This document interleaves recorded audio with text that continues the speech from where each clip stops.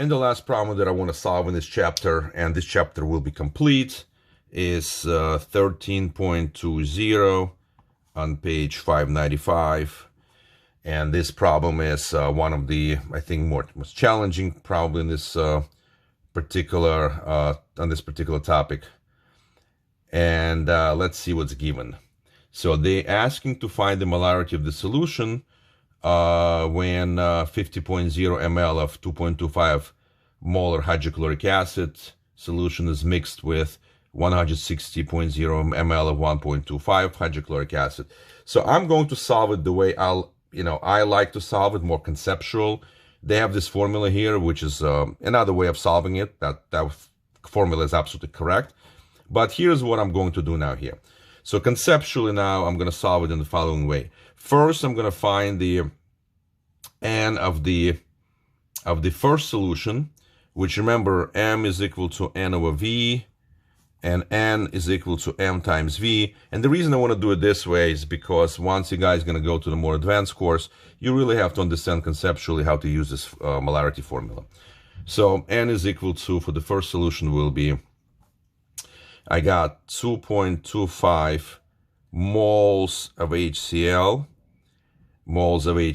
over 1 liter of solution times now, this is a 50 ml, so I'm going to convert it right away on the fly to liters, cancel. So let me get the value here. So it's going to be 2.25 times 0.05. So I got here 3 significant figures. I got 0.112. Again, I want to, always report 1 extra digit here, mole of HCl.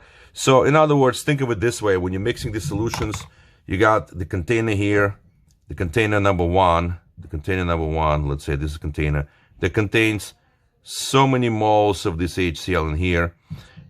And the next one, we're going to do another container that will bring additional number of moles to the third container. So I'm going to take this container plus this container, and I'm going to mix these two in the bigger container here.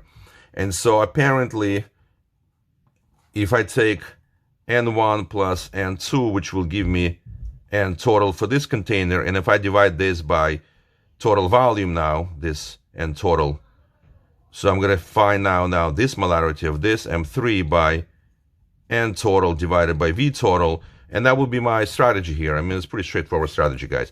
So the first one, I found the moles of this one here, this one right here, the first container. So I'm going to find now the moles of this container. I'm going to put it here, find the total number of moles, divide by the total volume, and I'm going to get molarity of the solutions, 2 solutions combined. All right, so let me do it.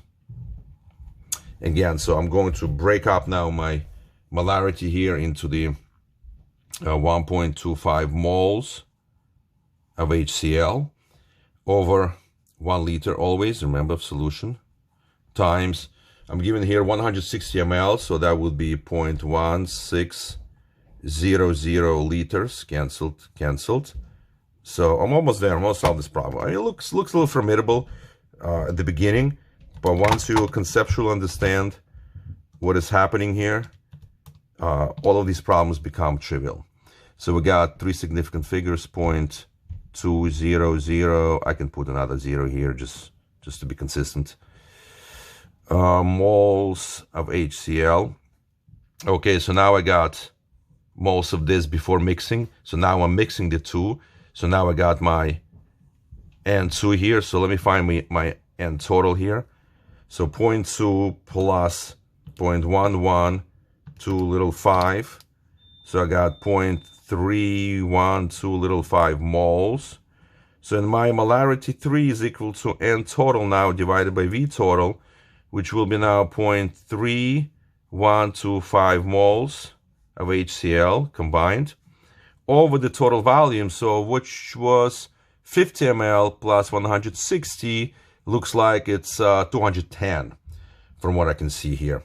Okay, so let me just put it now here, 0.210 liters, and so I'm going to divide now by 0.210, And voila, guys, I got my final answer.